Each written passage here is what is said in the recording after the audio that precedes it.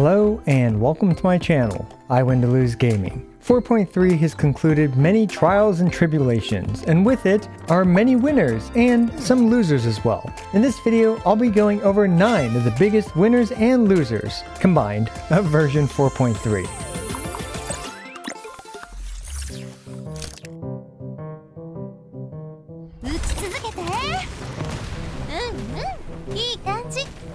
Now this following change has had massive implications for tons of characters, but it's a change that hugely benefits characters with long cooldowns. Now when you restart an Abyss Chamber or a domain, all your characters' cooldowns are reset. Back in my day, if you used Xingqiu's elemental skill and then hit reset, you may as well go make a sandwich, take a dump, eat your sandwich all at the same time before retrying that Abyss Chamber because that cooldown is egregiously long. This of course applies to all characters with long cooldowns, like Raiden's elemental burst, Furina's elemental skill, Klee's double elemental skill which leads to 40 seconds of cooldown, and God forbid there was slowing water effect when you were using your child's elemental skill. And biggest of all for whales like myself, Hu Tao at Constellation 6 no longer feels atrocious to use, needing to wait an entire minute for Constellation 6 to refresh. This is also why you've likely seen an uptick in Hu Tao speedruns. Anyway, while every character certainly benefits from this, characters with long cooldowns benefited the most from this much needed, long overdue change.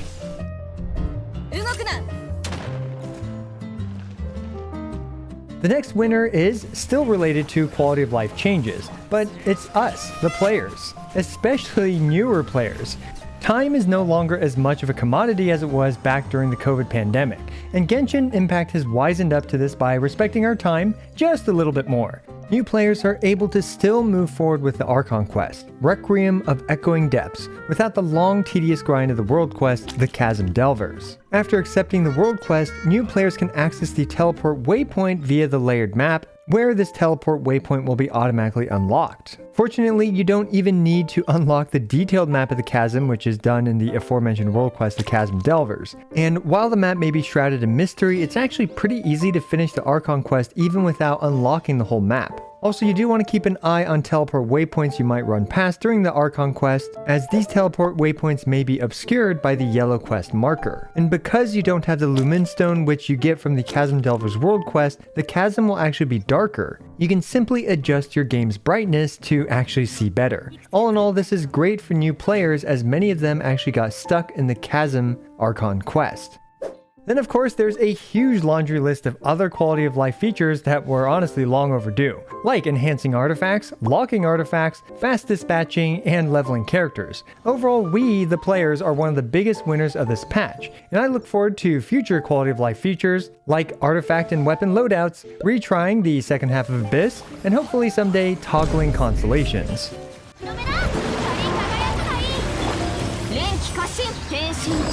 And all this quality of life actually leads us to one of the biggest losers of this patch. Sadly, it's Sayu and other land traversal related characters. Back in my day, when you retried a domain, you would spawn so god-awfully far from the key that a character like Sayu actually saved time, even though she contributed very little in combat. However, now that you spawn right next to the key, Sayu's role is no longer the time saver it once was.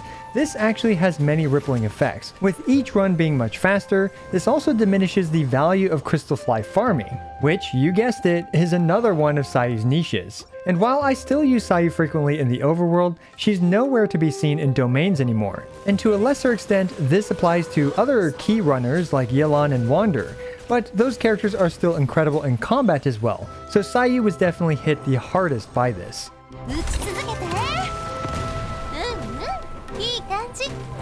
The next batch of winners is related to the release of Chevreuse, but it's pretty much every single raw pyro damage focused character and raw electro damage focused character. I absolutely love it when tons of characters are elevated in overall strength due to the release of a new character, but Chevreuse remarkably achieves this. Raw pyro and raw electro damage focused characters no longer need to fight the other team for who gets Kazuha, because they now have a Kazuha at home.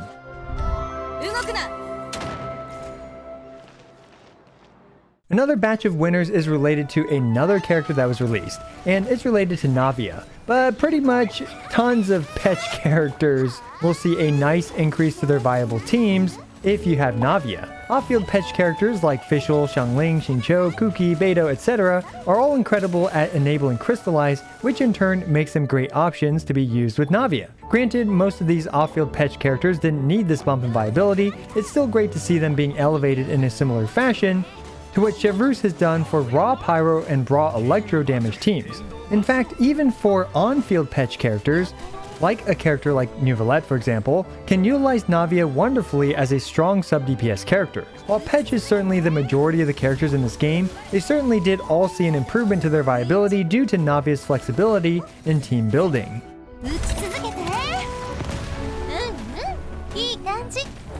Another big improvement is also caused by the release of Navia, and that is most of the other Geo characters. Navia is incredible with a second Geo character on her team, and most of them offer their own pros and cons in comparison to each other. It's great to see almost never seen characters like Geo Traveler and Ningguang having an additional team where they can shine. And other Geo characters like Noelle, Albedo, Zhongli, and even Goro can all contribute a great deal to Navia teams, thus making them another winner of patch 4.3.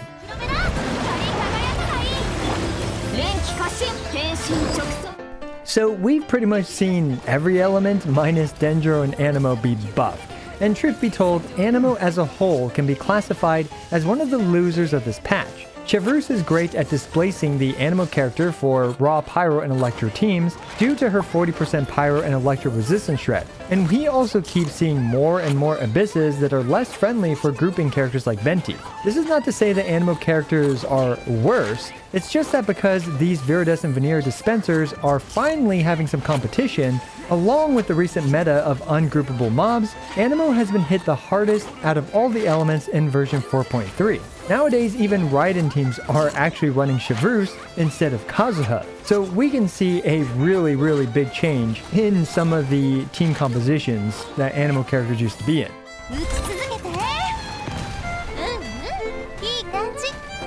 Now, the biggest loser of patch 4.3 is due to the aforementioned quality of life instant refreshing of cooldowns in Domains and the Abyss. And it is stackable equipment. For example, the Serpent Spine is what I would describe as stackable equipment. For the Serpent Spine, you need to wait an entire 20 seconds at the beginning of an Abyss chamber for optimal performance. Back in the day, this 20-second waiting period would overlap with waiting for your character's cooldowns. But now, you're just waiting an extra 20 seconds in comparison to the 0 seconds of literally any other weapon in this game. If you were using literally any other weapon in this game, you probably could have already done an extra attempt at the Abyss Chamber, which leads to a significantly improved performance, because you're able to fish for twice the amount of beneficial RNG. Trust me, fishing for RNG is very important for drawing out your character's maximum potential at all levels of play, and the Serpent Spine reduces this ability to fish for RNG with its stacks taking forever to build. Either that or you just start with less stacks, therefore suboptimal performance of this weapon. This of course also applies to other stackable equipment, which currently I believe only includes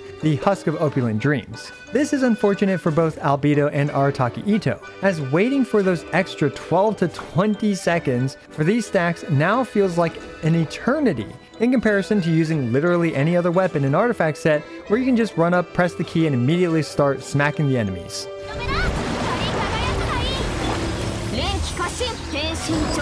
Now, the biggest winner of 4.3 is someone who absolutely needed no winning at all, but it's freaking Bennett. Yep, freaking Bennett. As if Bennett needed any more buffs. Pretty much every single Chevreuse team loves having Bennett in it, providing an insane attack buff to all the attack scaling, raw pyro, and electro damage characters is simply irreplaceable. And Navia, who is the other new character this patch, also happens to absolutely love having Bennett on her team. So while Kazuha may have gotten a small break, thanks to the new characters in version 4.3, Bennett is going through the complete opposite and is now being used by both the new powerhouses of version 4.3. Honestly, MiHoYo needs to give Bennett a break one of these days, because my boy here is overused and abused since the release of Genshin Impact.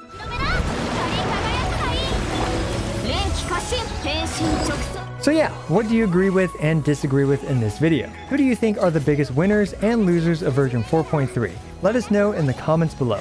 As always, I appreciate every single one of you. This is I Win to Lose, signing out.